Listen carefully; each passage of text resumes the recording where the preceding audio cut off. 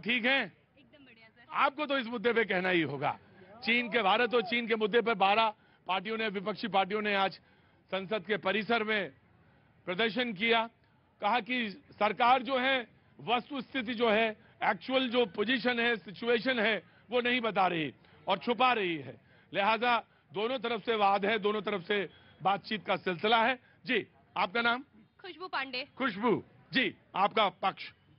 Sir, पक्ष मेरा बस देश के प्रति ही रहता है और मैं उनको बस एक ही जवाब देना चाहूंगी, आप थोड़ा देश के लिए भी सोच लें। मानते हैं आप पार्टी के विरुद्ध हैं, आप पार्टी के विरुद्ध कार्य करें, प्रदर्शन करें, आपको जो करना है करें, लेकिन आप देश के विरुद्ध जाने का कार्य ना करें, ऐसी टिप्पणी ना दें जिससे हमारे देश के सैनिकों का सम्मान झुके।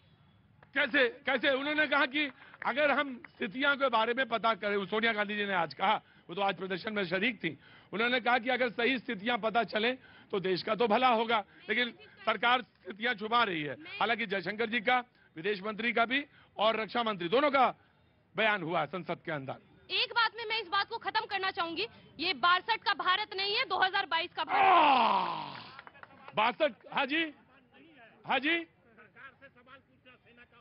जी, बाबूजी आगे आइए, थोड़ा सा पास आइए, थोड़ा सा शैलेंद्र जी जमा दीजिए। हाँ जी, सरकार से सवाल पूछना मेरा कर्तव्य है, मैं सरकार से सवाल पूछूंगा और सरकार से सवाल पूछना सेना का अपमान नहीं है। जनता को जवाब दें। भाजपा सरकार राहुल गांधी की पदयात्रा से, भारत जोड़ो यात्रा से घबरा गई है और पदयात्रा और भारत जोड़ो यात्रा पर भी प्रतिबंध लगाने की तैयारी हो। क्या बात है। जब बाबूजी पीछे बोल रहे थे तो उसी समय कांग्रेस की प्रवक्ता शो में आ रही थी। बहुत बहुत शुक्रिया, थैंक यू सो मच। अब बगैर वक्त मैं थोड़ा सा सांस लें तो उससे पहले मैं बीजेपी को पक्ष रखना चाहूंगा। जी, देखिए, सरकार से सवाल करना बिल्कुल जायज है, हर भारतीय का कर्तव्य है। बाबूजी अब सुनिए, सुनिए, हर भारतीय का कर्तव्य है, सरकार से सवाल करिए। हाँ। सरकार से सवाल करिए, भारतीय जनता पार्टी से सरकार सवाल करिए, भारतीय जनता पार्टी पे प्रहार करिए, लेकिन सैनिकों को मत ये कहिए कि उनकी पिटाई हो रही है। ये निंदा की बात है, इसे खंडन करिए।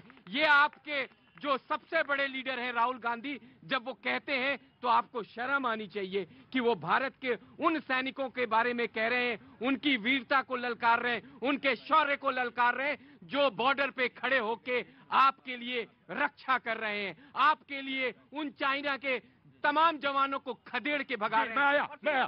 जी, एक चीज और सुन लीजिए, मैं बाबूजी को और एक बात बता दूं कि ये 2014 से पहले वाला भारत नहीं, 22 का भारत है। ना 1 इंच भूमि जाएगी, ना 1 इंच भूमि गई है। जो आंख उठा के देखेगा उसकी आंख निकाल देंगे। एक मिनट कंप्लीट होने दी। ये जवाहरलाल नेहरू के उस कृत्य को भूल गए जब हजारों हेक्टेयर जमीन को चाइना ने कब्जा कर लिया। अरे हाँ जी, क्या नाम है साहब आपका? शाहिद जी, शाहिद जी बताइए। ये सरकार जवाब देने से डरती है। एक मिनट बाबूजी, अरे बाबूजी तय करो, दिल्ली से लड़ना है, कहां से लड़ना? आराम से है ना, आराम से। हम लोग को अब सवाल पूछने का हक है, जवाब ये देंगे। जी शाहिद भाई, जी जनाब। जी, ये गवर्नमेंट जवाब देने से डरती है, ये केवल धार्मिकरण की राजनीति में बिलीव करती है। जो भी सरकार के खिलाफ आवाज उठाता है वो डायरेक्ट देशद्रोही हो जाता है। ये कहते हैं कि जी ये सरकार जो है, मैंने 1 बाय 1 आराम से शैलेंद्र जी जवाब दे देंगे। जी प्रतीक जी, देखिए ऐसा है, पक्ष विपक्ष जो है आरोप प्रत्यारोप करेंगे, लेकिन मैं इससे हट के जनता के सामने जो तथ्य उनको रखना चाहता हूँ। हाँ जी, विपक्ष के जो बड़े नेता है ना, वो विदेशी मीडिया को ज्यादा प्रमुखता से जो ध्यान देते हैं, तो मैं कुछ अखबार है उनका जो हवाला देता हूँ। बीबीसी ये कहता है कि ये जो घटनाक्रम हुआ है उसमें चीन के सैनिक ज्यादा हताहत हुए तुलनात्मक भारत के। नंबर 1, वॉशिंगटन पोस्ट है, वो कहता है कि जो झड़प हुई है दोनों को नुकसान हुआ है। तीसरा, साउथ चाइना मॉर्निंग पोस्ट ये कहता है कि भारत की तुलना में चाइना के जो ज्यादा मतलब नुकसान हुआ है। और सबसे बड़ी बात, पाकिस्तान बेस्ड जो डॉन अखबार ये कहता है कि दोनों तरफ का जो नुकसान हुआ है, और उसका हवाला देता है कि जो अमेरिका के साथ सेना का युद्ध अभ्यास हुआ था उसका। तो मेरे कहने का आशय ये है कि आदरणीय राहुल गांधी जी, क्या आप भारत के नागरिक हैं या कहीं और के नागरिक हैं? जी जनाब प्रतीक जी, विदेशी मीडिया से इन्होंने शुरू किया, बहुत रिसर्च करके आए लग रहा है, लेकिन आपने पेंटागन की रिपोर्ट नहीं पढ़ी जिन्होंने बोला कि 60-70 किलोमीटर का नक्शा उन्होंने दिखा दिया, वो नहीं आपने पढ़ा। आपके सांसद तापिर गांव बोलते हैं कि 60-70 किलोमीटर अंदर चीन घुस गया है।